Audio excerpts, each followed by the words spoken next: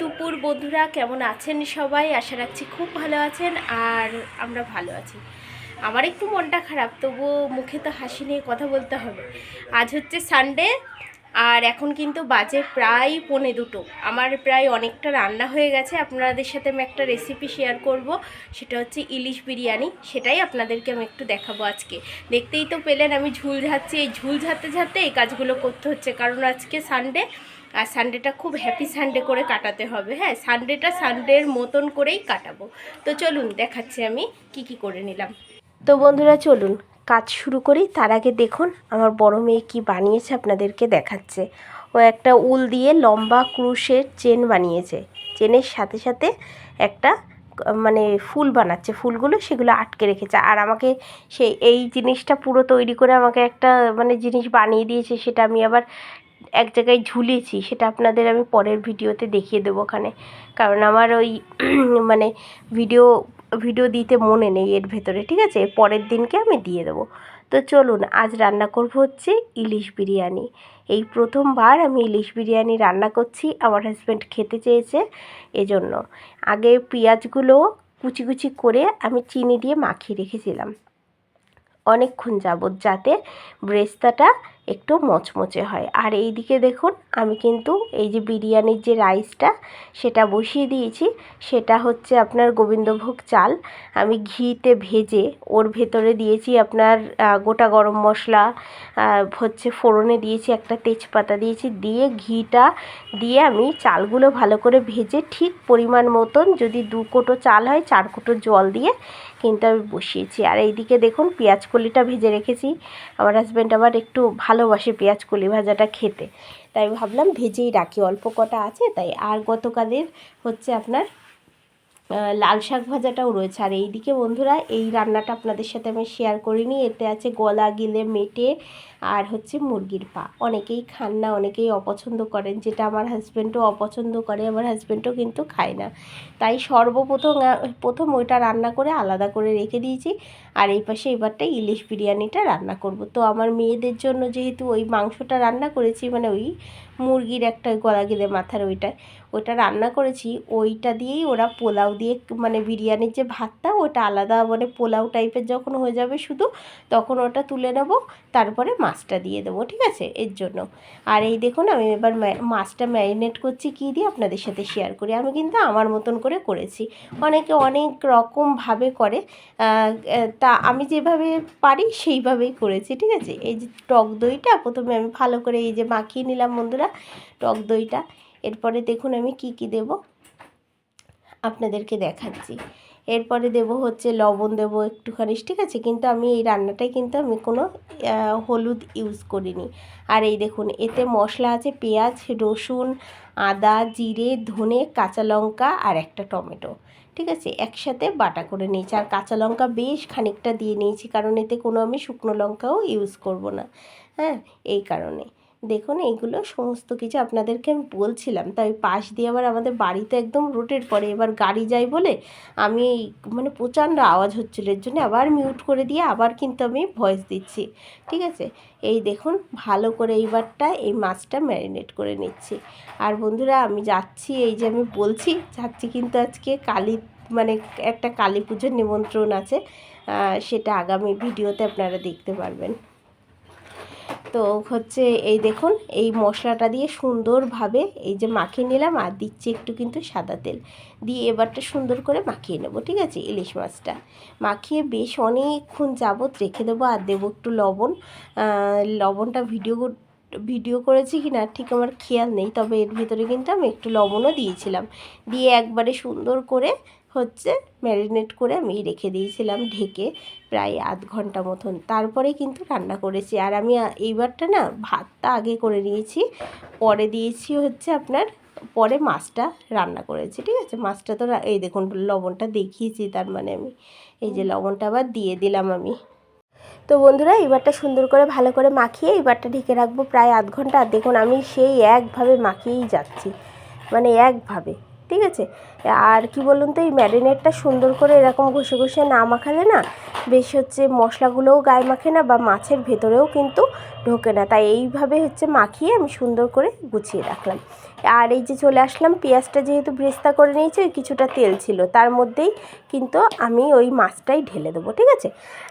তো বন্ধুরা, এইবারটা হচ্ছে এই মাছটা পুরোপুরি ওই তেলের ভেতরেই ঢেলে দেবো, আর নাড়ানাড়ি বেশি করার প্রয়োজন নেই, কারণ মাছটা তো ম্যারিনেট করে রেখেছি প্রায় আধ ঘন্টা মতো। এবার ওই ঝোলটা শুকিয়েই কিন্তু একদম তৈরি হয়ে যাবে এই মানে বিরিয়ানির যে মাছের ইয়েটা, সেটা তৈরি হয়ে যাবে, ঠিক আছে। এবারটা সবটুকু এবার মানে এই মশলা মাখিয়েই একদম যে মাছটা পুরো একদম ঢেলে দেবো। আগের থেকে কেন দিলাম, যদি মাছটা ভেঙে যায় এর জন্য আগে আগে হাতে করে করে কড়াইয়ের ভিতরে দিয়ে দিলাম, ঠিক আছে। কারণ ইলিশ মাছ তো নরম, আর তারপরে তো এমনিও ভাজা নেই, এর জন্য কাঁচা মাছ আরও নরম, এই কারণে আমি এইভাবেই কিন্তু দিয়ে দিলাম। এবার ওই থালাটা ধোবো, ওই মশলার জলটা ধুয়ে একবারে এর ভেতরেই দিয়ে দেবো, দিয়ে সুন্দর করে একদম ঢেকে দেবো, আস্তে আস্তে হয়ে যাবে। হ্যাঁ, এই দেখুন, এইবারটা এই দেখুন ঢেলে দিলাম, দিয়ে এইবারটা থালা দিয়ে ঢেকে দেবো। এবার সুন্দর করে আস্তে আস্তে হোক, এবার আমি অন্যান্য কাজকর্মগুলো করে নিই তার মাঝে, ঠিক আছে। তো চলুন, এই দেখুন দিয়ে দিলাম এইবারটা। এবার সুন্দর করে একটু নাড়া দিয়ে এক জায়গায় বেশ গুছিয়ে গাছিয়ে এবার একটা থালা দিয়ে আমি পুরো একদম কড়াইয়ের উপরটা ঢেকে দেবো। ঢেকে দিয়ে ওর মতন ও আস্তে আস্তে হতে থাকবে, আর গ্যাসটা একটুখানি কমিয়ে দেবো হালকা। আর এই দেখুন, এই পাশে কিন্তু বন্ধুরা ভাতটা প্রায় হয়ে গেছে। আর এই লম্বা লম্বা সবুজ সবুজ দেখছেন, এইটা কিন্তু পেঁয়াজ কলি, কয়টা পেঁয়াজ কলি আমি দিয়ে দিয়েছিলাম। আমার বেশ ভালো লাগে ওই বিরিয়ানির ভাতের ভেতরে পেঁয়াজ কলি দিতে। আরে এই পেঁয়াজ কলিটা আর পরে আর খাওয়ার আর খেতে ইচ্ছা করবে না, এখনই বেশ ভালো লাগবে বেশি। হ্যাঁ, এইবারটা দেখুন আমার ওই ভাতটাও হয়ে গেছে আর মাছটা হয়ে গেছে। এবার হাঁড়ির ভিতরে একটুখানি আমি ঘি দিয়ে দিলাম। এবার ঘিটা দিয়ে একটু নাড়িয়ে চাড়িয়ে নিলাম। নেওয়ার পর কিন্তু আমি কি দিচ্ছি দেখুন। আমি প্রথমেই কিন্তু বলেছি আমার মতো করে আমি ইলিশ বিরিয়ানিটা রান্না করেছি, ঠিক আছে।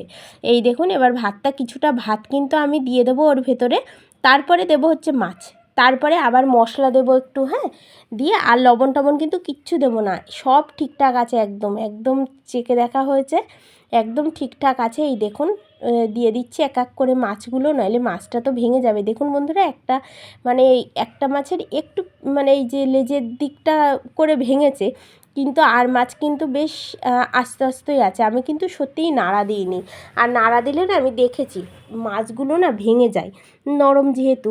আর আপনার কি বলুন তো বন্ধুরা, যখন আমি ভাপা করি সেই সময়ও আমি খুব বেশি নাড়া দিই না, মাখিয়ে একদম ঢেকে দিই। অনেকে টিফিন বাটিতে করে, আমিও মাঝে মাঝে টিফিন বাটিতে করতাম, কিন্তু আমার কাছে এখন মনে হয় কড়াইতে বা হাঁড়িতে, ছোটো হাঁড়িতে দিয়ে ঢেকে দিলে আরও বেশি সুন্দর টেস্ট হয়। আমি একদিনকে মাটির হাঁড়িতেও করেছিলাম জানেন, হচ্ছে ইলিশ ভাপা, এটাই রান্না করেছিলাম। আর ইলিশ ভাপা খেতে আমাদের বাড়িতে আমার ছোটো মেয়ে, আমি, আমার হাজব্যান্ড খুব ভালোবাসি, কিন্তু আমার বড়ো মেয়েও খুব ভালোবাসে, কিন্তু ওদের না অ্যালার্জি হয়, তো এই কারণে ওরা না খেতে চায় না। তো চলুন, এই দেখুন আমি বিরিয়ানি মশলাটা, এটা আমার বাড়িতেই বানানো, এখানে আছে গোটা গরম মশলা, যা যা থাকে সেইগুলিই আছে, তারপরে আছে শাহমরি, শাহজিরে, তারপরে হচ্ছে আপনার ওই বড় এলাচ, স্টার অ্যানিশ, তারপরে হচ্ছে আরও অনেক কিছু আছে, তারপর জায়ফল আছে, জয়িত্রী আছে, দিয়ে একসাথে একটু জিরে ছিল, দিয়ে একসাথে শুকনো লঙ্কা দিয়ে কাঠখোলাই ভালো করে ভাজা করে তারপরে আমি কিন্তু ওই গুঁড়োটা করে নিয়েছিলাম, ঠিক আছে। আর শিলপাটাই বেটে নিয়েছিলাম। তো বাইরের কোনো কিছুই কেনা না, মানে মশলাটা কেনা না, মশলাটা মানে নিজের মানে হাতে তৈরি। তো দেখুন এবার ওইটাই বলছিলাম আমি, যে হচ্ছে মাছগুলো দিয়ে দিয়েছি, এবার দিয়ে দেওয়ার পর তারপরে হচ্ছে মশলা দিলাম, এবার দিয়ে আবার যে কটা ভাত ছিল সব কয়টাই আমি কিন্তু ঢেলে দেবো।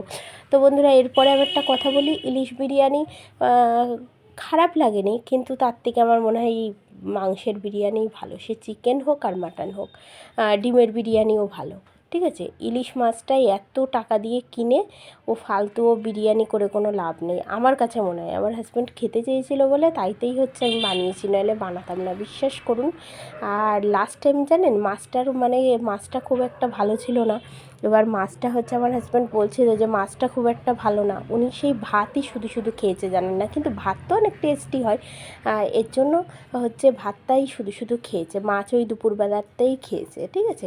তো চলুন, আর রাত্রেবেলাও খেয়েছিল অল্প একটুখানি হচ্ছে মাছ, আর হচ্ছে আপনার ওই শুধু ভাতটাই চেয়ে নিল। আর এইদিকে দেখুন আমার দুই মেয়ে খাচ্ছে, আমি ছোটো মেয়েকে বলছি কী হয়েছে, ওরাই সব থেকে ভালো খেয়েছে জানেন বন্ধুরা। এই মুরগির গিলে গলা মেটে পা সব কিছু একদম মানে মাখা মাখা করে রান্না করে দিয়েছিলাম, আর পোলাওটা ওদের সাদা করে দিয়েছিলাম, ওরা ভীষণ ভালো খেয়েছে। ওই দিয়ে আমার বড় মেয়ে তো মানে খুব ভালো খেয়েছে। তো দেখছেন তো বিছানা খাতার অবস্থা কি আসলে তোলা হয়ে গেছিলো, যেহেতু দুই মেয়ে বাড়ি। আর এই দেখুন ঠাকুরঘরটা তো আমার বরাবরই পরিষ্কার পরিচ্ছন্ন থাকে, গোছানো থাকে, আর আমার শান্তিও লাগে।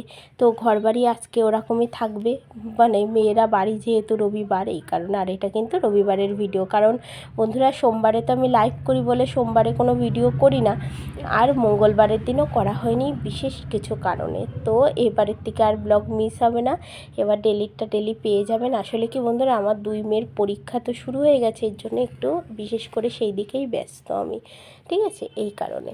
তো চলুন হাজব্যান্ডকে দিয়ে দিই ইলিশ বিরিয়ানি। এইদিকে তো মেয়েরা খাচ্ছে, ওরা ওদের মতন করে নিয়ে খাচ্ছে। আমি বললাম তোরা তোদের মতন করে নিয়ে খা, এদিকে আমি তোর বাবারে ভাতটা দিতে থাকি।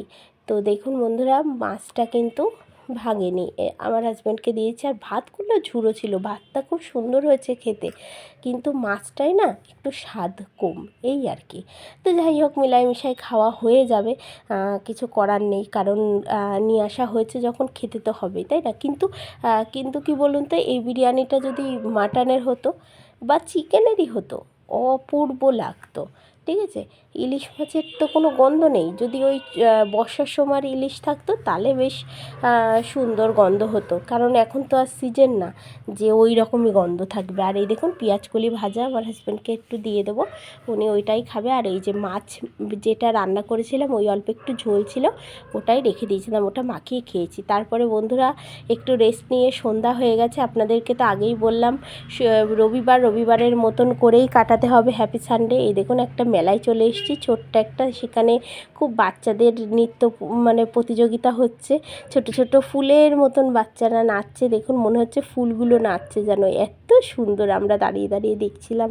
তারপরে মেলাটা একদম ছোট্ট, মানে কি ওই 23শে জানুয়ারি সুভাষচন্দ্রের জন্মদিন, তাই সেই উপলক্ষে 1 মাস মেলা হবে, ঠিক আছে। তাই ছোট্ট একটু করে, যেহেতু এবার প্রথমবার তো খুব একটা ভিড়ও না বা গ্যাদারিং না, খুব ফাঁকাই ফাঁকাই মেলাটা আমরা দেখেছি। তো আমার বড় মেয়ে একটু ভিডিও করছিল, আমি আমার হাজব্যান্ড আমার ছোটো মেয়ে আমরা 4 জনই গেছিলাম, হ্যাঁ। যে একটুখানি ঘুরে, যেহেতু ওই যে বললামই তো 2 দিন ধরে মনটা খুব খারাপ লাগছিল, এই জন্য একটু ঘুরে আসলাম, তাহলেও একটু ভালো লাগলো। এই দেখুন ছোট্ট একটু মেলা। আর এই যে আমরা মোমো খেতে বসে গেছি। তাহলে বন্ধুরা ভিডিওটা এখানেই শেষ করছি, আবার দেখা হবে নতুন একটি ভিডিও। ততক্ষণ সবাই খুব ভালো থাকবেন, সুস্থ থাকবেন আর আনন্দে থাকবেন।